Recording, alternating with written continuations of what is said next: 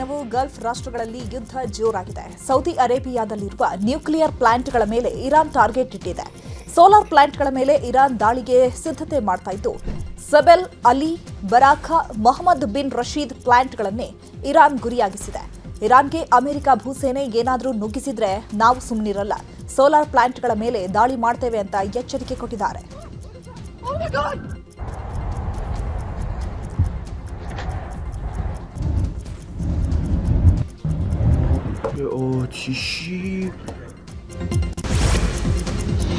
Hormuz ಜಲಸಂಧಿಯಲ್ಲಿ Thailand ಹಡಗಿನ ಮೇಲೆ Iran ದಾಳಿ ನಡೆಸಿದೆ. ಥಾಯ್ ಧ್ವಜ ಇದ್ದಂತಹ ಹಡಗಿನ ಮೇಲೆ ಕ್ಷಿಪಣಿಗಳಿಂದ ಅಟ್ಯಾಕ್ ಮಾಡಲಾಗಿದ್ದು, ಇರಾನ್ನ ಕೇಶ್ಕ್ ದ್ವೀಪದ ಬಳಿ ಇದ್ದಂತಹ ಹಡಗಿನ ಮೇಲೆ ಅಟ್ಯಾಕ್ ಆಗಿದೆ.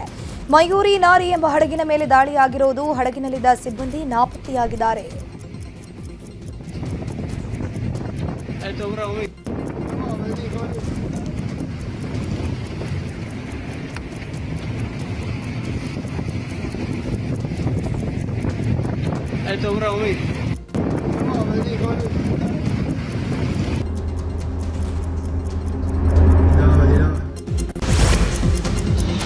ಮಧ್ಯಪ್ರಾಚ್ಯದಲ್ಲಿ 28ನೇ ದಿನದ ಯುದ್ಧ ಹಿನ್ನೆಲೆ ಇಸ್ರೇಲ್ ಮೇಲೆ ಇರಾನ್ ನಿರಂತರ ದಾಳಿ ಮಾಡ್ತಾ ಇದೆ. ಅದರಲ್ಲೂ ಇಸ್ರೇಲ್ ಮೇಲೆ ಹಾರಿಸಿದ ಕ್ಷಿಪಣಿಯಲ್ಲಿ ಭಾರತದ ಹೆಸರು ನಮೂದಾಗಿದೆ. ಥ್ಯಾಂಕ್ ಯು ಇಂಡಿಯಾ ಎಂದು ಬರೆದು ಅಟ್ಯಾಕ್ ಮಾಡಲಾಗಿದೆ. ಸದ್ಯ ಇರಾನ್ ನಡೆ ವಿರುದ್ಧ ಜಾಗತಿಕ ಮಟ್ಟದಲ್ಲಿ ಭಾರೀ ಚರ್ಚೆ ಆಗ್ತಾ ಇದೆ. ಲೆಬನಾನ್ ಮೇಲೆ ಇಸ್ರೇಲ್ ನಿರಂತರವಾಗಿ ದಾಳಿಯನ್ನ ಮಾಡ್ತಾ ಇದೆ. ಈ ಮಧ್ಯೆ ಲೆಬನಾನ್ನಲ್ಲಿರುವಂತಹ ಹಿಜ್ಬುಲ್ಲಾಗಳು ಇಸ್ರೇಲ್ ಮೇಲೆ ಡ್ರೋನ್ ದಾಳಿಯನ್ನ ಮಾಡಿದ್ದಾರೆ. ಇಸ್ರೇಲ್ ಸೇನೆಯ ಯುದ್ಧ ಟ್ಯಾಂಕರ್ ಮೇಲೆ ಡ್ರೋನ್ ದಾಳಿ ಮಾಡುವ ದೃಶ್ಯವನ್ನ ಹಿಜ್ಬುಲ್ಲಾ ರಿಲೀಸ್ ಮಾಡಿದೆ. FVP ಡ್ರೋನ್ ಇಸ್ರೇಲ್ ಟ್ಯಾಂಕ್ ಅನ್ನ ಹುಡುಕಿ ಬಂದು ಅದಕ್ಕೆ ಡಿಕ್ಕಿ ಹೊಡೆದಿದೆ. ಕದನ ವಿರಾಮ ವಿಚಾರವಾಗಿ ಮಧ್ಯಸ್ಥಿಕೆ ವಹಿಸುವುದಾಗಿ ಹೇಳಿದ್ದ ಪಾಕಿಸ್ತಾನ ನಡೆಗೆ ಇರಾನ್ ಆಕ್ರೋಶವನ್ನ ವ್ಯಕ್ತಪಡಿಸಿದೆ. ಅಮೆರಿಕ ಪರ ಪಾಕಿಸ್ತಾನ ನಡೆ ಇದೆ. ಪಾಕಿಸ್ತಾನ ಡಬಲ್ ಗೇಮ್ ಆಟ ಆಡ್ತಾ ಇದೆ. ಹೀಗಾಗಿ ನಾವು ಯಾವುದೇ ಕಾರಣಕ್ಕೂ ಯುದ್ಧ ನಿಲ್ಲಿಸಲ್ಲ ಅಂತ ಇರಾನ್ ಮತ್ತೊಮ್ಮೆ ತನ್ನ ನಿಲುವನ್ನ ಸ್ಪಷ್ಟಪಡಿಸಿದೆ.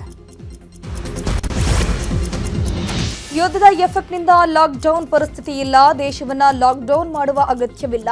ಲಾಕ್ಡೌನ್ ಅನ್ನೋದು ಕೇವಲ ವದಂತಿ ಅಷ್ಟೇ ಅಂತ ಕೇಂದ್ರ ಸರ್ಕಾರ ಸ್ಪಷ್ಟಪಡಿಸಿದೆ. ಈ ಬಗ್ಗೆ ಕೇಂದ್ರದ ಪೆಟ್ರೋಲಿಯಂ ಸಚಿವ ಹರ್ದೀಪ್ ಸಿಂಗ್ ಪುರಿ ಮಾಹಿತಿಯನ್ನು ಕೊಟ್ಟಿದ್ದು, ದೇಶದಲ್ಲಿ ತೈಲ ಗ್ಯಾಸ್ಗೆ ಏನೂ ಸಮಸ್ಯೆ ಆಗೋದಿಲ್ಲ. ಪ್ರಧಾನಿ ಮೋದಿ ಎಲ್ಲ ಮುನ್ನೆಚ್ಚರಿಕಾ ಕ್ರಮ ವಹಿಸಿದ್ದಾರೆ. ನಮ್ಮ ವಿದೇಶಾಂಗ ನೀತಿ ಅತ್ಯುತ್ತಮವಾಗಿದೆ. ಭಾರತದ ವ್ಯವಹಾರಿಕ ಸಂಬಂಧ ಉತ್ತಮವಾಗಿದೆ. ಗಲ್ಫ್ ರಾಷ್ಟ್ರಗಳಿಂದ ಗ್ಯಾಸ್ ತೈಲ ಬರ್ತಾನೆ ಇದೆ ಅಂತ ಎಕ್ಸ್ನಲ್ಲಿ ಪೋಸ್ಟ್ ಹಾಕಿ ಮಾಹಿತಿಯನ್ನು ಹಂಚಿಕೊಂಡ್ರು. ಬಾಗಲಕೋಟೆ ನಗರದಲ್ಲಿ ಪೆಟ್ರೋಲ್ ಅಭಾವ ಶುರುವಾಗಿದೆ. ನಗರದ ಬಹುತೇಕ ಪೆಟ್ರೋಲ್ ಬಂಕ್ಗಳಲ್ಲಿ ನೋ ಸ್ಟಾಕ್ ಬೋರ್ಡ್ ಹಾಕಲಾಗಿದೆ. ಕೇವಲ ಡೀಸೆಲ್ ಮಾತ್ರ ಲಭ್ಯವಾಗಿದ್ದು, ಜಿಯೋ ಪೆಟ್ರೋಲ್ ಬಂಕ್ನಲ್ಲಿ ಮಾತ್ರ ಪೆಟ್ರೋಲ್ ಲಭ್ಯವಿದೆ. ಬರೋಬ್ಬರಿ 200 ರೂಪಾಯಿ ಮಿತಿಯೊಳಗೆ ಮಾತ್ರ ಪೆಟ್ರೋಲ್ ಇದ್ದು, ಒಬ್ಬೊಬ್ಬರಿಗೆ ಇದನ್ನು ನೀಡಲಾಗ್ತಾ ಇದೆ. ಡೀಸೆಲ್ ಕೂಡ 1,000 ರೂಪಾಯಿ ಮಿತಿಯೊಳಗೆ ಮಾತ್ರ ಸಿಗ್ತಾ ಇದ್ದು, ಸಮಯಕ್ಕೆ ಸರಿಯಾಗಿ ಸರಬರಾಜು ಆಗದ ಹಿನ್ನೆಲೆ ಸಮಸ್ಯೆ ಉಂಟಾಗಿದೆ.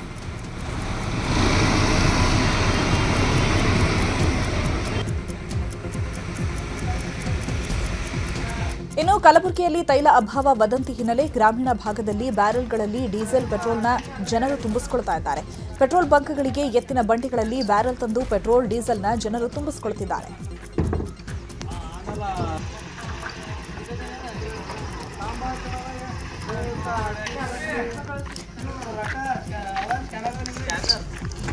ಇನ್ನು ಪೆಟ್ರೋಲ್ ಡೀಸೆಲ್ ಸಿಗಲ್ಲ ಎಂಬ ವದಂತಿಯಿಂದಾಗಿ ಜನರು ಕ್ಯಾನ್ಗಳಲ್ಲಿ ಪೆಟ್ರೋಲ್ ತುಂಬಿಸಿಕೊಳ್ತಿದ್ದಾರೆ. ಹೀಗಾಗಿ ಇನ್ಮುಂದೆ ಕ್ಯಾನ್ಗಳಲ್ಲಿ ಪೆಟ್ರೋಲ್ ತುಂಬಿಸಿಕೊಂಡ್ರೆ ಕಾನೂನು ಕ್ರಮ ಆಗುತ್ತೆ ಅಂತ ಮಂಡ್ಯ ಡಿಸಿ ಡಾಕ್ಟರ್ ಕುಮಾರ್ ಎಚ್ಚರಿಕೆ ಕೊಟ್ಟಿದ್ದಾರೆ. ಸಾರ್ವಜನಿಕರು ಆತಂಕ ಪಡಬೇಕಿಲ್ಲ. ಪೆಟ್ರೋಲ್ ಬಂಕ್ನಲ್ಲಿ ಕ್ಯಾನ್ನಲ್ಲಿ ತುಂಬಿಸ್ತಾ ಇರುವ ದೂರು ಬಂದಿದೆ. ಕ್ಯಾನ್ನಲ್ಲಿ ತುಂಬಿಸೋದು ಸರಿಯಲ್ಲ. ಕ್ಯಾನ್ನಲ್ಲಿ ಯಾರಾದರೂ ತುಂಬಿಸಿದ್ರೆ ಕ್ರಮ ಆಗುತ್ತೆ ಅಂತ ಹೇಳಿದರು. ಸಾರ್ವಜನಿಕರು ಇದರ ಬಗ್ಗೆ ಯಾವುದೇ ರೀತಿಯ ಆತಂಕ ಪಡೋ ಅವಶ್ಯಕತೆ ಇಲ್ಲ. ನಿನ್ನೆನೂ ಕೂಡ ಇಬ್ಬರು ನಮಗೆ ದೂರುಗಳನ್ನು ಕೊಟ್ಟಿದ್ದಾರೆ. ಪೆಟ್ರೋಲ್ ಬಂಕ್ಗಳಲ್ಲಿ ಕ್ಯಾನಲ್ಲಿ ತುಂಬಿಸಿ ಕಳಿಸ್ತಾ ಇದ್ದಾರೆ ಅಂತೇಳಿ, ಅಂಥ ಪೆಟ್ರೋಲ್ ಬಂಕ್ ಅವರ ವಿರುದ್ಧನೂ ಕೂಡ ನಾವು ಕ್ರಮವನ್ನು ಕೈಗೊಳ್ತೇವೆ. ಯಾವುದೇ ಕಾರಣಕ್ಕೂ ಕೂಡ ಅದು ಭಾಳಷ್ಟು ಅನ್ಸೇಫು. ಕ್ಯಾನಲ್ಲಿ ತುಂಬಿಸಿ ಕಳಿಸೋ ಅಂಥದ್ದು ಎಲ್ಲ ದೃಷ್ಟಿಕೋನಗಳಿಂದಲೂ ಕೂಡ ಅದು ಅಷ್ಟು ಸುರಕ್ಷಿತ ಅಲ್ಲ.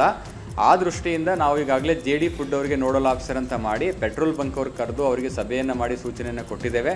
ಪೆಟ್ರೋಲ್ ಬಂಕ್ ಅವ್ರ ಮೇಲೆ ಸೂಕ್ತ ಕ್ರಮವನ್ನು ಕೈಗೊಳ್ತೇವೆ. ಮತ್ತು ಗ್ಯಾಸಿಗೆ ಸಂಬಂಧಪಟ್ಟಂತೆ ನಮಗೆ ಟೋಟಲ್ ಅನಿಲ ಗ್ಯಾಸ್ ಏನು ಮನೆಗೆ ಸಂಬಂಧಪಟ್ಟಂತೆ ಸರಿಸುಮಾರು ನಮಗೆ 11,500 ಪ್ರತಿನಿತ್ಯ ನಮಗೆ ಬೇಕು. ಅದಕ್ಕೆ ಸಂಬಂಧಪಟ್ಟಂತೆ 3 ಕಂಪ್ನಿಗಳ ಮೂಲಕ ನಮಗೇನು ಇಂಡೆಂಟ್ ರೈಸ್ ಮಾಡಿದ್ದೇವೆ, ಅದಕ್ಕೆ ಆ್ಯಸ್ ಆನ್ ಟುಡೇ ಏನು ನಮಗೆ ಸ್ಟಾಕ್ ಅವಶ್ಯಕತೆ ಇದೆ ಅದು ಅಗತ್ಯತೆಗೆ ಅನುಗುಣವಾಗಿದೆ. ಏನೂ ಶಾರ್ಟೇಜ್ ಇಲ್ಲ. ಹಾಗಾಗಿ ಸಾರ್ವಜನಿಕರು ಆತಂಕ ಪಡೋ ಅವಶ್ಯಕತೆ ಇಲ್ಲ. ಸಾರ್ವಜನಿಕರು ಇನ್ನು ಚಿಕ್ಕಬಳ್ಳಾಪುರದಲ್ಲೂ ಕೂಡ ಜನರು ಪೆಟ್ರೋಲ್ ಬಂಕ್ಗಳಲ್ಲಿ ಕ್ಯಾನ್ ಬಾಟಲ್ಗಳಲ್ಲಿ ಪೆಟ್ರೋಲ್ನ ತುಂಬಿಸ್ಕೊಂಡು ಹೋಗೋದನ್ನು ನಿಷೇಧ ಮಾಡಲಾಗಿದೆ. ಭಾರತ್ ಪೆಟ್ರೋಲಿಯಂ ಬಂಕ್ನಲ್ಲಿ ಹೊಸ ರೂಲ್ಸ್ ತಂದಿದ್ದು ಬಾಟಲ್, ಡ್ರಮ್, ಕ್ಯಾನ್ಗಳಲ್ಲಿ ಪೆಟ್ರೋಲ್ ತುಂಬಿಸಿಕೊಳ್ಳೋದನ್ನು ನಿಷೇಧ ಮಾಡಲಾಗಿದೆ.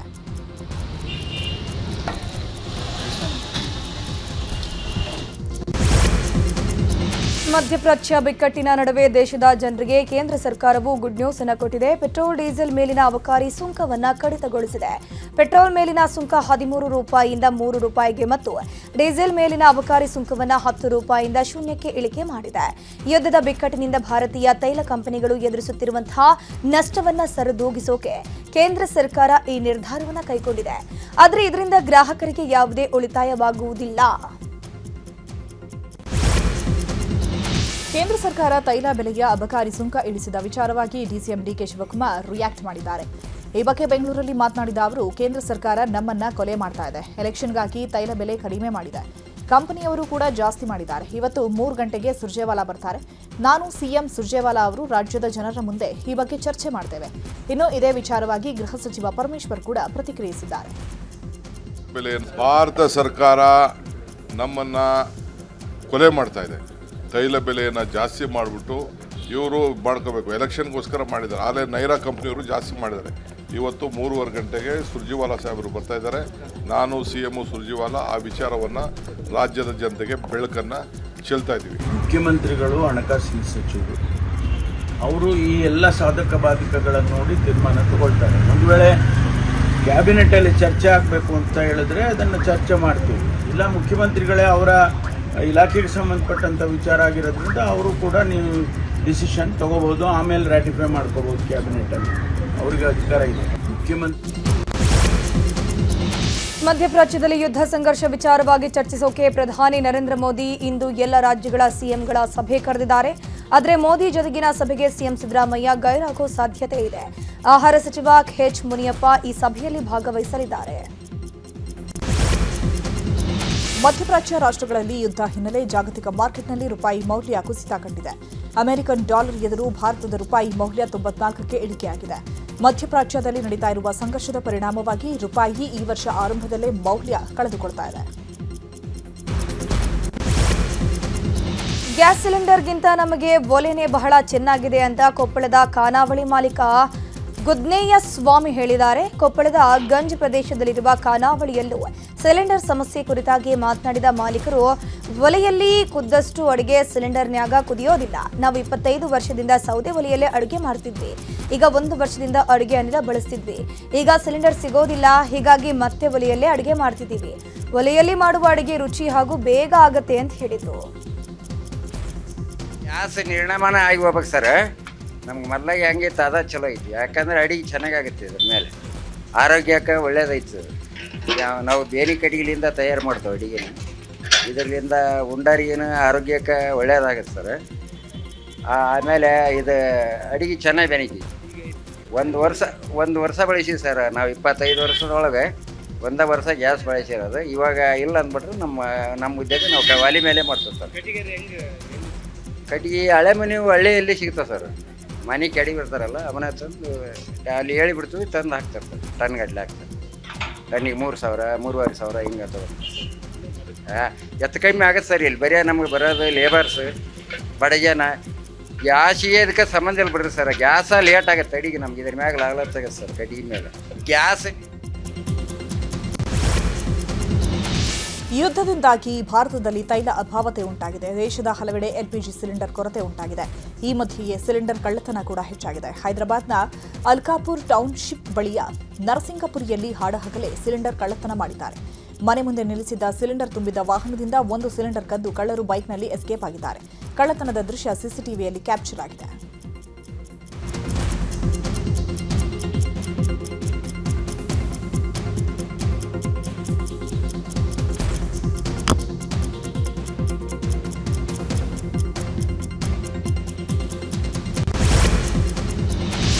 ಇರಾನ್ ಮೇಲೆ ಅಮೆರಿಕ ಇಸ್ರೇಲ್ ಜಂಟಿ ದಾಳಿಯನ್ನ ಲಡಾಖ್ನ ಕಾರ್ಗಿಲ್ ನಗರದಲ್ಲಿರುವ ಜನರು ಖಂಡಿಸಿದ್ದಾರೆ. ಅಲ್ಲದೆ ಜಂಟಿ ದಾಳಿಯಿಂದಾಗಿ ತತ್ತರಿಸಿರುವ ಇರಾನ್ಗೆ ಕಾರ್ಗಿಲ್ ನಗರದ ನಿವಾಸಿಗಳು ಹಣ, ಚಿನ್ನಾಭರಣ, ದಿನಸಿ ಪದಾರ್ಥಗಳು, ಗೃಹ ಬಳಕೆ ವಸ್ತುಗಳನ್ನು ಇರಾನ್ಗೆ ರವಾನೆ ಮಾಡಿದ್ದಾರೆ.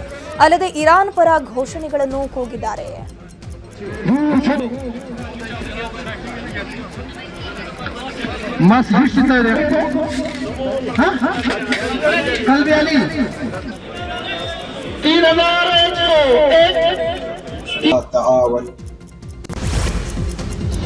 ಇರಾನ್ ಸರ್ವೋಚ್ಚ ನಾಯಕ ಅಯಾತುಲ್ಲಾ ಅಲಿ ಖಮೇನಿ ಹತ್ಯೆ ಖಂಡಿಸಿ ಜಮ್ಮು ಕಾಶ್ಮೀರದ ವಿಧಾನಸಭೆ ಕಲಾಪದಲ್ಲಿ ಪ್ರತಿಭಟನೆ ಮಾಡಲಾಗಿದೆ.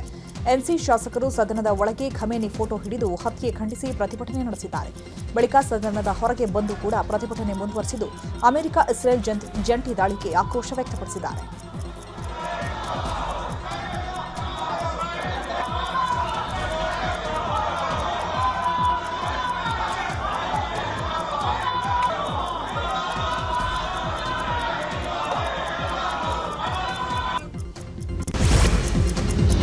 ಜಮ್ಮು ಮತ್ತು ಕಾಶ್ಮೀರ ವಿಧಾನಸಭೆ ಕಲಾಪದಲ್ಲಿ ಭಾರೀ ಹೈಡ್ರಾಮಾ ನಡೆದು ಹೋಗಿದೆ. ಸದನದಲ್ಲಿ ಕಾಂಗ್ರೆಸ್ನ ಶಾಸಕರು ಪ್ರಧಾನಿ ಮೋದಿ ವಿರುದ್ಧ ಘೋಷಣೆಗಳನ್ನು ಕೂಗಿದ್ದಾರೆ. ಈ ವೇಳೆ ಬಿಜೆಪಿಯ ಶಾಸಕರು ಇದಕ್ಕೆ ಆಕ್ಷೇಪ ವ್ಯಕ್ತಪಡಿಸಿದ್ದು ಗದ್ದಲ ಉಂಟಾಯಿತು. ಈ ವೇಳೆ ಬಿಜೆಪಿ ಶಾಸಕ ಯುದ್ವೀರ್ ಸೇಥಿ ರಾಹುಲ್ ಗಾಂಧಿಯನ್ನ ಪಪ್ಪು ಅಂತ ಕೂಗಿದ್ರು. ಇದನ್ನು ಖಂಡಿಸಿದ ಕಾಂಗ್ರೆಸ್ನ ಶಾಸಕ ಇರ್ಫಾನ್ ಹಫೀಜ್ ಲೋನ್ ಗಲಾಟೆಯನ್ನ ಮಾಡಿದ್ದು ಇಬ್ಬರು ಶಾಸಕರ ಮಧ್ಯೆ ವಾಗ್ವಾದವೇ ನಡೆದಿದ್ದು ಗದ್ದಲ ಹೆಚ್ಚಾಗಿದೆ. ಹೀಗಾಗಿ ಸ್ಪೀಕರ್ ಕೆಲಕಾಲ ಸದನವನ್ನ ಮುಂದೂಡಿಕೆ ಮಾಡಿದ್ದಾರೆ.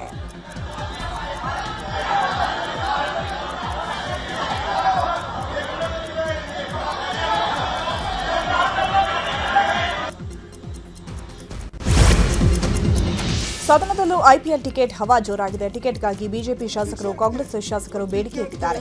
ಈ ಬಗ್ಗೆ ಪ್ರತಿಪಕ್ಷ ನಾಯಕ ಆರ್ ಅಶೋಕ್ ಮಾತನಾಡಿದ್ದು, ನಾವು ಒಂದು ಟಿಕೆಟ್ಗೆ ಅಂಗಲಾಚಬೇಕು. ನನ್ನ ಹೆಸರಲ್ಲಿ ಟಿಕೆಟ್ ಕಳಿಸ್ತಾರೆ, ಅದರಲ್ಲಿ ನನ್ನ ಹೆಂಡತಿನೂ ಕಳಿಸೋಕ್ಕಾಗಲ್ಲ, ಮಗನನ್ನು ಕಳಿಸೋಕ್ಕಾಗಲ್ಲ ಅಂತ ಹೇಳಿದರು. ಕಾಂಗ್ರೆಸ್ ಶಾಸಕ ವಿಜಯಾನಂದ ಕಾಶಪ್ಪನವರು ಕೂಡ ಮಾತನಾಡಿದ್ದು, ಎಂಎಲ್ಎಗಳಿಗೆ ಒಂದು ಟಿಕೆಟ್ ಕೊಡ್ತಾರೆ, ಅದು ಸಾಮಾನ್ಯ ಗ್ಯಾಲರಿಯಲ್ಲಿ ಹೋಗಿ ಕೂತ್ಕೊಳ್ಬೇಕು. ಎಂಎಲ್ಎಗಳು ಕೂರಲು ಪ್ರತ್ಯೇಕ ಅವಕಾಶ ಮಾಡಿಕೊಡಿ ಅಂತ ಹೇಳಿದರು. ಇನ್ನು ಬಿಜೆಪಿಯ ಅಶ್ವಥ್ ನಾರಾಯಣ್ ಮಾತನಾಡಿದ್ದಾರೆ. ಈ ವೇಳೆ ಮಧ್ಯಪ್ರವೇಶಿಸಿದ ಸ್ಪೀಕರ್ ಯುಟಿ ಖಾದರ್, ಸರ್ಕಾರ ಇದರ ಬಗ್ಗೆ ಗಂಭೀರವಾಗಿ ಪರಿಗಣಿಸಬೇಕು, ಕೂಡಲೇ ಕೆಎಸ್ಸಿಎ ಅವರನ್ನ ಕರೆದು ಮಾತನಾಡಬೇಕು ಅಂತ ಹೇಳಿದರು. ಮೊದಲೆಲ್ಲ ಇತ್ತು ಟಿಕೆಟ್ಗೆ ಅಂಗಲಾಚಬೇಕು, ಆ ಸ್ಥಿತಿ ತಂದಿದ್ದಾರೆ. ಮಾನ್ಯ ಅಧ್ಯಕ್ಷರಿಗೆ ಒಂದು ಟಿಕೆಟ್ಗೆ MLAಗಳಿಗೆ ಕೊಡಲ್ಲ ಸರ್ ಹೆಂಗ್ ಮಾಡ್ಬಿಟ್ಟಿದ್ದಾರೆ ಅಂದ್ರೆ ನನ್ನ ಹೆಸರು ಮೇಲೆ ಕಳಿಸ್ತಾರೆ. ನಾನು ಯಾರನ್ನೂ ಕಳ್ಸಂಗಿಲ್ಲ, ನನ್ನ ಹೆಂಡತಿನೂ ಕಳ್ಸಂಗಿಲ್ಲ, ನನ್ನ ಮಗನೂ ಕಳ್ಸಂಗಿಲ್ಲ, ಯಾರನ್ನೂ ಕಳ್ಸಲ್ಲ. ಯಾಕಂದ್ರೆ ಗೊತ್ತು ಇವ್ರ MLAಗಳು ಯಾರು 90% ಬರಲ್ಲ, ಅದನ್ನು ಮಾರಾಟ ಮಾಡ್ಕೊಂಡ್ಬಿಡ್ತಾರೆ. ಡಾಕ್ಟ್ರೇ ಸರ್ ನಿಮ್ ಪರವಾಗಿ ಸರ್ MLAಗಳಿಗೆ ಒಂದು ಟಿಕೆಟ್ ಕೊಡ್ತಾರೆ, ಅದು ಯಾವ್ದು ಗ್ಯಾಲರಿ ಗೊತ್ತಾ? ಕೆಳಗಡೆ ಅಲ್ಲಿ ಇವರು ಹೋಗೋ ಕಡೆ ಕುತ್ಕೋಬೇಕು ನಾವು ಹೋಗಿ. ಮೊದ್ಲೆಲ್ಲ ಇತ್ತು ಸರ್, ಯಾರು ಟಿಕೆಟ್ ಕೊಡ್ತಾ ಇದ್ರು ಕಡ್ಡಾಯವಾಗಿ, ಯಾರು ಟಿಕೆಟ್ ಕೊಡ್ತಾ ಇದ್ರು MLAಗಳಿಗೆ ಒಂದು ಕುಂದ್ರಕ್ಕೆ ಒಂದು ಅವಕಾಶ ಮಾಡಿ ಕೊಡಿಸಿ ಸರ್. ಏನ್ ನಾವು ನಮ್ಮ ಮಕ್ಕಳು ಹೋಗ್ಬೇಕಂತಾರೆ, ನಮ್ಮ ಮನೆಯಲ್ಲಿ ಹೋಗ್ಬೇಕಂತಾರೆ, ಅವ್ರಿಗೆಲ್ಲ ಅವಕಾಶ ಬೇಡವಾ? ಇಷ್ಟು ಸುಂದರವಾಗಿ ಬೆಂಗಳೂರು ಮಾಡ್ತಾ ಇದೀರಿ ನೀವು, ಅದು ಸ್ಟೇಡಿಯಂ ಕೂಡ ಮಾಡಿ ಹೊಸದು, ಬಟ್ ಇಲ್ಲಿ ಟಿಕೆಟ್ ಆದ್ರೂ ಕೊಡ್ಸಕ್ ಹೇಳಿ ಸರ್. ಎಷ್ಟು ಜನ ನಾವು ಹೋಗ್ಬೇಕು ಅಂತೀವಿ, ನಮ್ಗೆ ಅಲ್ಲಿ ಹೋದ್ರೆ ಮರ್ಯಾದೆ ಇಲ್ಲ, ಅಲ್ಲಿ ಹೋಗಿ ಎಲ್ಲೋ ಕೂರಿಸ್ತಾರೆ ನಮ್ಮನ್ನ. ಕೆಳಗಡೆ ಹೋಗಿ ಒಂದು ಸಪರೇಟ್ ಲಾಂಚ್ ಮಾಡಿ ನಮಗೆ MLAಗಳಿಗೆ ಮಂತ್ರಿಗಳಿಗೆ ಕೊಡೋಕೊಂದು ಅವಕಾಶ ಮಾಡಿ ಕೊಡಿಸಿ ಸರ್. ಶಾಸಕರಿಂದ ಐಪಿಎಲ್ ಟಿಕೆಟ್ಗಾಗಿ ಬೇಡಿಕೆ ವಿಚಾರವಾಗಿ ಬೆಂಗಳೂರಲ್ಲಿ ಡಿಸಿಎಂ ಡಿಕೆ ಶಿವಕುಮಾರ್ ಪ್ರತಿಕ್ರಿಯಿಸಿದ್ದಾರೆ. ಶಾಸಕರಿಗೆ ಟಿಕೆಟ್ ಕೇಳೋಕೆ ಹಕ್ಕಿದೆ, ಅವರು ಕೂಡ ವ್ಯವಸ್ಥೆಯ ಹಾಗೂ ಸರ್ಕಾರದ ಒಂದು ಭಾಗವಾಗಿದ್ದಾರೆ. ನಾವು ಅವರಿಗೆ ಭರವಸೆ ನೀಡಿದ್ದೇವೆ ಅಂತ ಹೇಳಿದರು. ಇದೇ ವೇಳೆ ಟಿಕೆಟ್ ವಿಷಯದಲ್ಲಿ ತೇಜಸ್ವಿ ಸೂರ್ಯ ಹೇಳಿಕೆ ವಿಚಾರವಾಗಿ ಮಾತನಾಡಿದ ಅವರು, ತೇಜಸ್ವಿ ಸೂರ್ಯ ಅವರ ಪಕ್ಷದ ನಾಯಕರಿಗೆ ಜ್ಞಾನ ನೀಡಲಿ, ನಮಗಲ್ಲ ಅಂತ ಹೇಳಿದರು. Because they are the part of the system, they are part of the government, and we have to, earlier also some respect has been given to all of them. But now with lot of difficulty, with all the pressures only, we have permitted them. Though I may be a member, that is a different question as my personal capacity. But now I speak to the chairman, president and those people. I wanted to see that our MLAs will be accommodated. I think today I am on the job. The MLAs have right because ಇದೇ ವಿಚಾರವಾಗಿ ಗೃಹ ಸಚಿವ doctor G Parameshwar ಮಾತನಾಡಿದ್ದು, ಶಾಸಕರು ticket ಕೇಳೋದ್ರಲ್ಲಿ ತಪ್ಪೇನೂ ಇಲ್ಲ ಅಂತ ಹೇಳಿದರು. ಅವರು ಕೇಳೋದ್ರಲ್ಲಿ ಏನು ತಪ್ಪಿಲ್ಲ, ಆದರೆ ಗೌರ್ಮೆಂಟ್ ಎಷ್ಟರ ಮಟ್ಟಿಗೆ ಗೌರ್ಮೆಂಟಿನ ಇನ್ವಾಲ್ವ್ಮೆಂಟ್ ಅದರಲ್ಲಿ ಇರುತ್ತೆ ಅನ್ನೋದು ಪ್ರಶ್ನೆ. ನಾವು ಇಲ್ಲಿಯವರೆಗೂ ಗೌರ್ಮೆಂಟ್ ಸರ್ಕಾರ ನೇರವಾಗಿ ಯಾವುದೇ ರೀತಿಯಲ್ಲಿ ನಾವು ಇನ್ವಾಲ್ವ್ ಆಗ್ತಿಲ್ಲ. ನಾವು ಆ ಕಮಿಟಿ ಅವರಿಗೆ ಹೊಸ ಕಮಿಟಿ ಆಗಿದೆ KC ಅವರಿಗೆ ತಿಳಿಸಿದೆ ರೆಕಮೆಂಡೇಶನ್ ಈ ಥರ ಇದೆಯಪ್ಪ, ನೀವು ಇಲ್ಲ ಅಂದರೆ ಇದನ್ನೆಲ್ಲ ನೀವು ಮಾಡೋದಿಲ್ಲ ಅಂದರೆ ನಾವು ಪರ್ಮಿಷನ್ ಕೊಡೋಕ್ಕೆ ಬರೋದಿಲ್ಲ ಅಂತ ಹೇಳಿದ್ಮೇಲೆ ಅವರೆಲ್ಲ ಮಾಡಿದ್ದಾರೆ. ಈಗ ಅವರು ಕೇಳೋದಕ್ಕೆ ತಪ್ಪಿಲ್ಲ, ಸದನದಲ್ಲಿ ಅವ್ರು ಕೇಳಿರೋದು ತಪ್ಪಿಲ್ಲ. ಆದರೆ KSCನವರಾಗಲಿ RCBನವರಾಗಲಿ ಯಾವ ರೀತಿ ಅದನ್ನು ಮಾಡ್ತಾರೆ ಅಥವಾ ಯಾವ ರೀತಿ ಟಿಕೆಟ್ಸ್ನಾಗಲಿ ಅಥವಾ ಪಾಸಸ್ ಆಗಲಿ ಕೊಡೋದಕ್ಕೆ ಅವರು ಕ್ರಮ ತಗೋಬೇಕು. ಅವರು ಈ ಮಧ್ಯೆ ವಿಧಾನಸೌಧಕ್ಕೆ ಆಗಮಿಸಿದ ಕೆಎಸ್ಸಿ ಅಧ್ಯಕ್ಷ ವೆಂಕಟೇಶ್ ಪ್ರಸಾದ್ IPL ಉದ್ಘಾಟನಾ ಪಂದ್ಯಕ್ಕೆ ಸಿಎಂ ಸಿದ್ದರಾಮಯ್ಯ ಅವರನ್ನ ಆಹ್ವಾನ ಮಾಡಿದ್ದಾರೆ. ಇದೇ ವೇಳೆ ಶಾಸಕರ ಬೇಡಿಕೆ ಕುರಿತು ಚರ್ಚೆ ಆಗಿದೆ ಎನ್ನಲಾಗಿದೆ. ಪಕ್ಷಾತೀತವಾಗಿ ಶಾಸಕರು ತಮಗೆ ಹಾಗೂ ತಮ್ಮ ಕುಟುಂಬಸ್ಥರಿಗೆ IPL ಪಂದ್ಯದ ಉಚಿತ ಟಿಕೆಟ್ಗಳನ್ನು ಕೊಡಬೇಕು ಅಂತ ಬೇಡಿಕೆ ಇಟ್ಟಿದ್ದಾರೆ. ಅಲ್ಲದೆ ಶಾಸಕರಿಗೆ ಜನಸಾಮಾನ್ಯರ ಜೊತೆ ಕೂರೋಕ್ಕಾಗೋದಿಲ್ಲ, ವಿಶೇಷ ಗ್ಯಾಲರಿ ಸ್ಥಾಪಿಸಬೇಕು ಅಂತಲೂ ಬೇಡಿಕೆ ಇಟ್ಟಿದ್ದಾರೆ. ಈ ಬಗ್ಗೆಯೂ ಚರ್ಚೆ ಆಗಿದೆ ಎನ್ನಲಾಗಿದೆ. ಬಾಗಲಕೋಟೆಯಲ್ಲಿ ಉಪಚುನಾವಣೆಯ ನೀತಿ ಸಂಹಿತೆ ಉಲ್ಲಂಘನೆಯಾಗಿದೆ. 2 ಪ್ರತ್ಯೇಕ ಪ್ರಕರಣದಲ್ಲಿ ದಾಖಲೆ ಇಲ್ಲದೆ ಸಾಗಿಸಿದ್ದ 12,37,000 ಹಣವನ್ನು ಜಪ್ತಿ ಮಾಡಲಾಗಿದೆ. ದನ್ನೂರು ಚೆಕ್ಪೋಸ್ಟ್ನಲ್ಲಿ ವಾಹನ ತಪಾಸಣೆ ವೇಳೆ 2 ಬೊಲೆರೋ ಕಾರಲ್ಲಿ ದಾಖಲೆ ಇಲ್ಲದೆ ಸಾಗ್ತಾ ಇದ್ದಂತಹ ಹಣ ಪತ್ತೆಯಾಗಿದ್ದು SIT ತಂಡದಿಂದ ಹಣ ಸೀಸ್ ಮಾಡಲಾಗಿದೆ. ಬಾಗಲಕೋಟೆಯಲ್ಲಿ ಉಪಚುನಾವಣೆ ಸಮರ ಜೋರಾಗಿದೆ. ಬಾಗಲಕೋಟೆಯ ಕಿಲ್ಲಾ ಗಲ್ಲಿಯಲ್ಲಿ ಮಾಜಿ ಸಚಿವ ಶ್ರೀರಾಮುಲು ಪ್ರಚಾರ ಕೈಗೊಂಡಿದ್ದು, ಪ್ರಚಾರಕ್ಕೆ ತೆರಳಿದ ವೇಳೆ ರಾಮುಲು ಮುಂದೆ ಮಹಿಳೆಯರು ಗೋಳು ತೋಡ್ಕೊಂಡಿದ್ದಾರೆ. 28 ವರ್ಷದಿಂದ ಬಾಡಿಗೆ ಮನೆಯಲ್ಲಿದ್ದೀವಿ, ನಮ್ಮನ್ನ ಈಗ ಬಾಡಿಗೆ ಮನೆಯಿಂದ ಹೊರಹಾಕ್ತಿದ್ದಾರೆ. ಮುಳುಗಡೆ ಪ್ರದೇಶದಲ್ಲಿ ಬಾಡಿಗೆ ಇದ್ದವರಿಗೆ ನಿವೇಶನ ನೀಡಿದ್ದಾರೆ, ನಮ್ಗಿದುವರೆಗೂ ನಿವೇಶನ ನೀಡಿಲ್ಲ ಅಂತ ಮಹಿಳೆಯರು ಗೋಳಾಡಿದ್ದಾರೆ. ಇದಕ್ಕೆ ಶ್ರೀರಾಮುಲು ಏನು ಸ್ಪಂದಿಸದೆ ಹೊರಟು ಹೋಗಿದ್ದಾರೆ.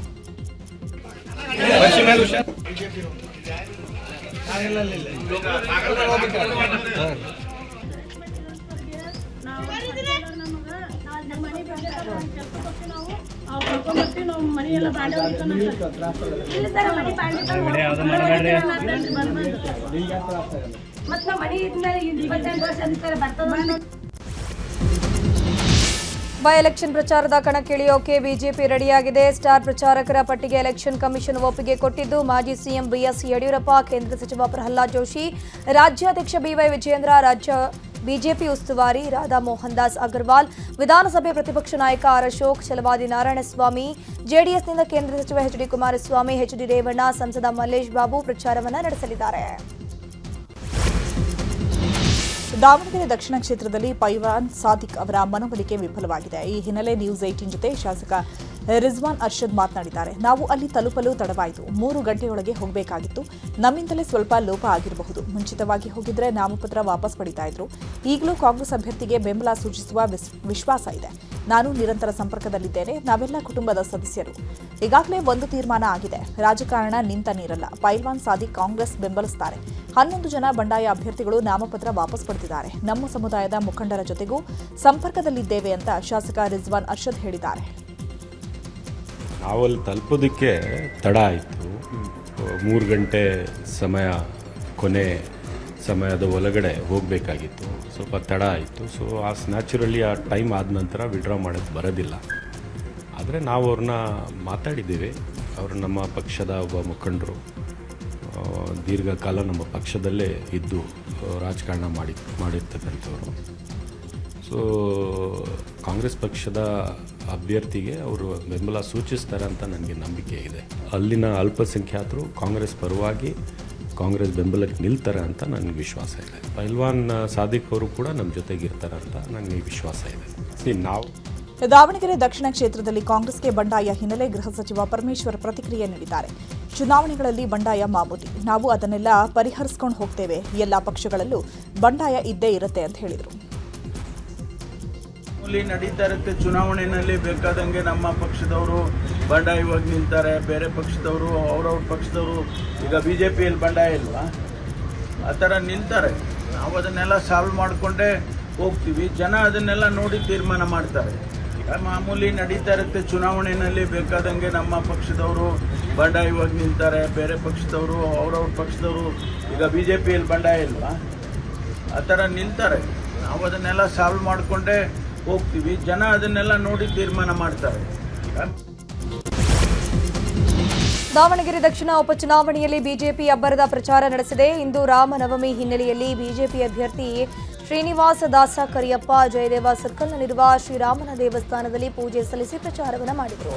ಕೆಬಿ ಬಡಾವಣೆ, ಲಾಯರ್ ರಸ್ತೆ ಸೇರಿದಂತೆ ಕೆಲ ಕಡೆ ಪ್ರಚಾರವನ್ನು ಮಾಡಿದರು.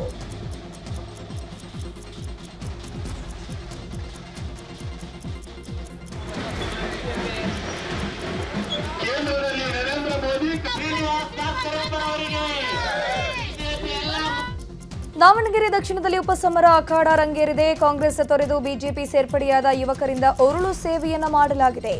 ದಾವಣಗೆರೆ ಶಕ್ತಿ ದೇವತೆ ದುರ್ಗಾಂಬಿಕಾ ದೇವಸ್ಥಾನದಲ್ಲಿ 20ಕ್ಕೂ ಅಧಿಕ ಯುವಕರು ಉರುಳು ಸೇವೆಯನ್ನ ಮಾಡಿದ್ದಾರೆ. ಬಿಜೆಪಿ ಅಭ್ಯರ್ಥಿ ಶ್ರೀನಿವಾಸ ದಾಸ ಕರಿಯಪ್ಪ ಗೆಲುವಿಗಾಗಿ ಪ್ರಾರ್ಥನೆಯೂ ಮಾಡಲಾಗಿದೆ.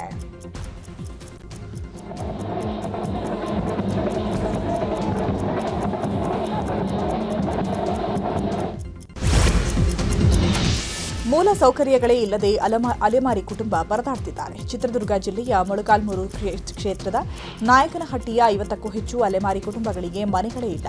30 ವರ್ಷಗಳಿಂದ ನಾಯಕನಹಟ್ಟಿಯಲ್ಲಿ ವಾಸವಾಗಿರುವ ಈ ಕುಟುಂಬಗಳು ಜೋಪಡಿಯಲ್ಲೇ ಬದುಕು ಸವಿಸುತ್ತಿದ್ದಾರೆ. ವಾಸಕ್ಕೆ ಸೂರಿಲ್ಲ, ಕರೆಂಟ್ ಇಲ್ಲ, ಕುಡಿಯಲು ನೀರೂ ಇಲ್ಲ.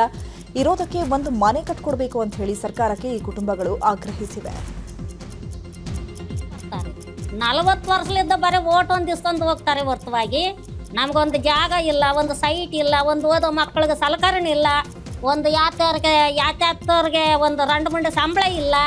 ಮನೆ ಮಾಟ ಮಾಡ್ತೀವಿ ಅಂತಾರೆ, ಗಾಡ ಬಂದು ಓಟ್ ಹಾಕ್ಸ್ಕೊಂಡು ಹೋಗ್ತಾರೆ. ಪುಣ್ಯಾತ್ಮ ಇವಾಗ ಒಂದು 5 ವರ್ಷದ ಮುಂದೆ ನೇರ್ಲಕುಂಟೆ ತಿಪ್ಪೇಸ್ವಾಮಿ ಮಾತ್ರ ನೀರು ಹಾಕಿ ಕರೆಂಟ್ ಮಾಡಿ ಕೊಟ್ಟು ಹೋಗಿದ್ದು ನೋಡಿ ಕೆಳಗೆ. ಅಲ್ಲಿದ್ದ ಇಲ್ಲಿಗೆ ತಂದು ಹಾಕಿದವ್ರು ಒಬ್ಬರು ಮಿಸ್ಕಾಡಿಲ್ಲ. ಇವಾಗ ಬರ್ತೀವಿ, ಆವಾಗ ಬರ್ತೀವಿ, ಅಲ್ಲಿ ತೋರಿಸ್ತೀವಿ, ಇಲ್ಲಿ ತೋರಿಸ್ತೀವಿ, ಎಲ್ಲಿ ತೋರಿಸಿಲ್ಲ. ಇನ್ನು ನಾವು ಏನು ಬೇಕಂತ ಹೇಳ್ತೀವಿ ಅಂದರೆ ನಮ್ಗೆ ಇರೋಕ್ಕೆ ಜಾಗ ಬೇಕು, ಗೌರ್ಮೆಂಟ್ಲಿಂದ ಸೌಕರ್ಯ ಬೇಕು, ಮನೆ ಕೊಟ್ಟು ಕಳಿಸ್ಬೇಕು, ನಮ್ಮ ಕರೆಂಟ್ ವ್ಯವಸ್ಥೆ ಆಗಬೇಕು, ನೀರಿನ ವ್ಯವಸ್ಥೆ ಆಗಬೇಕು. ಅಷ್ಟೇ ನಾವು 3 ಐಟಮ್ ನಮ್ಗೆ ಬೇಕಾಗಿತ್ತು. ಹುಡುಗರದು ರಿಕಿರೈ ಕಾರ್ ಡ್ರಿಫ್ಟಿಂಗ್ ಮಾಡಿದ್ದು ಒಂದ್ ಕಡೆ ಮಾತ್ರ ಅಲ್ಲ, ಕುಂಬಳೆ ಸರ್ಕಲ್ ಬಳಿಕ ಕಬ್ಬನ್ ಸರ್ಕಲ್ನಲ್ಲೂ ಕಾರ್ ಡ್ರಿಫ್ಟಿಂಗ್ ಮಾಡಿದ್ದಾರೆ. ಹೀಗಾಗಿ ಪೊಲೀಸರು ಇನ್ನೊಂದು ಕೇಸ್ ಹಾಕೋಕ್ ಮುಂದಾಗಿದ್ದಾರೆ. ಇದರ ಜೊತೆಗೆ ಇಡೀ ಪ್ರಕರಣಕ್ಕೆ ಮತ್ತೊಂದು ಟ್ವಿಸ್ಟ್ ಸಿಕ್ಕಿದ್ದು, ರಿಕಿರೈ ವಂಚನೆ ಕೇಸ್ ಕೂಡ ದಾಖಲು ಮಾಡಲಾಗಿದೆ. ದೆಹಲಿಯಲ್ಲಿ ಕಾರ್ ಖರೀದಿಸಿದ ಮೇಲೆ ರಿಜಿಸ್ಟರ್ ಮಾಡಿಸಿಲ್ಲ. ಆರ್ಟಿಒ ಹರಾಜಿನಲ್ಲಿ ಫ್ಯಾನ್ಸಿ ನಂಬರ್ ಖರೀದಿ ಮಾಡಲಾಗಿತ್ತು, ಆದರೆ ಕಾರು ಖರೀದಿಸಿದ ಮೇಲೆ ರಿಜಿಸ್ಟರ್ ಮಾಡಿಲ್ಲ. ಟ್ಯಾಕ್ಸ್ ಕಟ್ಟದೆ ಕಾರಿಗೆ ನಂಬರ್ ಪ್ಲೇಟ್ ಅಳವಡಿಕೆ ಮಾಡಿದ್ದು ಸರ್ಕಾರಕ್ಕೆ ತೆರಿಗೆ ವಂಚನೆ ಮಾಡಿದ ಹಿನ್ನೆಲೆ ಕಬ್ಬನ್ ಪಾರ್ಕ್ ಸಂಚಾರಿ ಠಾಣೆಯಲ್ಲಿ ಕೇಸ್ ದಾಖಲಾಗಿದೆ. ಇನ್ನು ಇದೇ ವಿಚಾರವಾಗಿ ಜಂಟಿ ಪೊಲೀಸ್ ಆಯುಕ್ತ ಕಾರ್ತಿಕ್ ರೆಡ್ಡಿ ಕೂಡ ಪ್ರತಿಕ್ರಿಯಿಸಿದ್ದಾರೆ.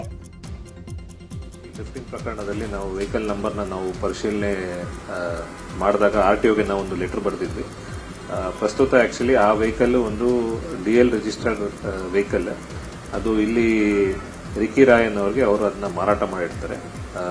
RTO ಅವರು ಕಳೆದ ಅಕ್ಟೋಬರಲ್ಲಿ ಅವರು ವಿತೌಟ್ ಇಲ್ಲಿ ರೋಡ್ ಟ್ಯಾಕ್ಸ್ ಕಟ್ತೀರಾ ಚಲಾವಣೆ ಮಾಡ್ತಿದ್ದಾರೆ ಅಂತ ಹೇಳಿ ಸುಮಾರು 35 ಲಕ್ಷ ದಂಡ ಹಾಕಿದ್ದಾರೆ ಅಂತ RTO ಅವರು ರಿಪ್ಲೈ ಕೊಟ್ಟಿದ್ದಾರೆ. ಮತ್ತೆ ಇದೇ ವರ್ಷ ಎಸ್ಎಸ್ಎಲ್ಸಿ ಹಿಂದಿ ಪರೀಕ್ಷೆ ಬ್ಯಾನ್ಗೆ ಕನ್ನಡ ಪರ ಸಂಘಟನೆಗಳು ಒತ್ತಾಯಿಸಿವೆ. ಕರವೇ ಶಿವರಾಮೇಗೌಡ, ಸಾರಾ ಗೋವಿಂದ್ ನೇತೃತ್ವದಲ್ಲಿ ಕನ್ನಡ ಪರ ಸಂಘಟನೆಯ ಕಾರ್ಯಕರ್ತರು ಸಚಿವ ಮಧು ಬಂಗಾರಪ್ಪ ಅವರನ್ನು ಭೇಟಿ ಮಾಡಿದ್ದಾರೆ. ಮಾರ್ಚ್ 31ರಂದು ಎಸ್ಎಸ್ಎಲ್ಸಿ ಹಿಂದಿ ಪರೀಕ್ಷೆ ನಡೆಯಲಿದ್ದು ಈ ಪರೀಕ್ಷೆಯನ್ನು ರದ್ದು ಮಾಡಿ, ಇಲ್ಲವಾದರೆ ಮಾರ್ಚ್ 31ರಂದು ಹಿಂದಿ ಪರೀಕ್ಷಾ ಕೇಂದ್ರಕ್ಕೆ ನುಗ್ಗಿ ಪರೀಕ್ಷೆಯನ್ನು ತಡಿತೀವಿ ಅಂತ ಎಚ್ಚರಿಕೆ ಕೊಟ್ಟಿದ್ದಾರೆ. ಇನ್ನು ಕನ್ನಡ ಸಂಘಟನೆ ಎಚ್ಚರಿಕೆ ಹಿನ್ನೆಲೆ ಅಲರ್ಟ್ ಆದ ಶಿಕ್ಷಣ ಇಲಾಖೆ ಪರೀಕ್ಷೆ ದಿನ ಪೊಲೀಸ್ ಭದ್ರತೆ ಪಡೆಯಲು ಶಾಲಾ ಪರೀಕ್ಷಾ ಮಂಡಳಿ ಮುಂದಾಗಿದೆ. ಕರ್ನಾಟಕ ಶಾಲಾ ಪರೀಕ್ಷೆ ಮತ್ತು ಮೌಲ್ಯ ನಿರ್ಣಯ ಮಂಡಳಿಯಿಂದ ಪೊಲೀಸ್ ಭದ್ರತೆ ನೀಡುವಂತೆ ಸರ್ಕಾರಕ್ಕೆ ಮನವಿ ಮಾಡಿದೆ. ಯಕ್ಷಗಾನದ ಮಧ್ಯೆ ಪ್ರೇಕ್ಷಕರಿಗೆ ಕಲಾವಿದ ಕ್ಲಾಸ್ ತೆಗೆದುಕೊಂಡ ಘಟನೆಯಾಗಿದೆ. ಉಡುಪಿಯ ಕುಂದಾಪುರದ ಹೆನ್ನ ಬೈಲಿನಲ್ಲಿ ಯಕ್ಷಗಾನ ಪ್ರದರ್ಶನ ನಡೀತಾ ಇತ್ತು. ಯಕ್ಷಗಾನ ಭಾಗವತಿಕೆ ವೇಳೆ ಪ್ರೇಕ್ಷಕರು ಶಿಳ್ಳೆ ಹಾಕಿದ್ದಾರೆ. ಪ್ರೇಕ್ಷಕರ ವರ್ತನೆಗೆ ಹಿರಿಯ ಯಕ್ಷಗಾನ ಕಲಾವಿದ ಅಶೋಕ್ ಭಟ್ ಉಜಿರೆ ಆಕ್ರೋಶಗೊಂಡು ಶಿಳ್ಳೆ ಹಾಕಿ ಸೌಜನ್ಯ ಮೆರಿಬೇಡಿ, ನಿಮ್ಮಂತಹ ಪ್ರೇಕ್ಷಕರ ಅಗತ್ಯ ಇಲ್ಲ ಅಂತ ತರಾಟೆಗೆ ತೆಗೆದುಕೊಂಡಿದ್ದಾರೆ. ಇದೀಗ ಕಲಾವಿದನ ವರ್ತನೆಗೆ ಭಾರೀ ವಿರೋಧ ವ್ಯಕ್ತವಾಗ್ತಾ ಇದೆ. ಇವತ್ತು ದೇಶಾದ್ಯಂತ ರಾಮನವಮಿ ಅದ್ದೂರಿಯಾಗಿ ಆಚರಿಸಲಾಗುತ್ತಿದೆ. ಇದೇ ವೇಳೆ ಉತ್ತರ ಪ್ರದೇಶದ ಅಯೋಧ್ಯೆ ರಾಮ ಮಂದಿರದಲ್ಲಿ ಬಾಲರಾಮನಿಗೆ ವಿಶೇಷ ಪೂಜೆ ಮಾಡಲಾಗಿದೆ. ಶ್ರೀರಾಮನ ಮೂರ್ತಿ ಮೇಲೆ ಸೂರ್ಯ ತಿಲಕ ಮೂಡಿದ್ದು ಭಕ್ತರು ಕಣ್ತುಂಬಿಕೊಂಡಿದ್ದಾರೆ. ಶ್ರೀರಾಮನವಮಿ ಹಿನ್ನೆಲೆ ಉತ್ತರ ಪ್ರದೇಶದ ಮೊರಾದಾಬಾದ್ನಲ್ಲಿ ವಿದ್ಯಾರ್ಥಿಗಳು ಶ್ರೀರಾಮನ ಬೃಹತ್ ಚಿತ್ರ ಬಿಡಿಸಿ ಶ್ರೀರಾಮನವಮಿ ಹಬ್ಬ ಆಚರಣೆ ಮಾಡಿದ್ದಾರೆ. ಹುಬ್ಬಳ್ಳಿಯ ಹಳೆ ಹುಬ್ಬಳ್ಳಿ ಪಾಂಚಾರ ಪೋಳದಲ್ಲಿ ರಾಮನವಮಿಯನ್ನ ಅದ್ದೂರಿಯಾಗಿ ಆಚರಣೆ ಮಾಡಲಾಗಿದೆ. ಶ್ರೀರಾಮ ಸೇನೆಯಿಂದ ರಾಮನವಮಿ ಆಚರಿಸಲಾಗಿದ್ದು ಗೋಪೂಜೆ ಮತ್ತು ಶ್ರೀರಾಮ ತಾರಕ ಹೋಮ ನೆರವೇರಿಸಲಾಗಿದೆ. ಇದೇ ವೇಳೆ ಅಯೋಧ್ಯೆ ಕರಸೇವಕರಿಗೆ ಸನ್ಮಾನ ಮಾಡಲಾಗಿದೆ.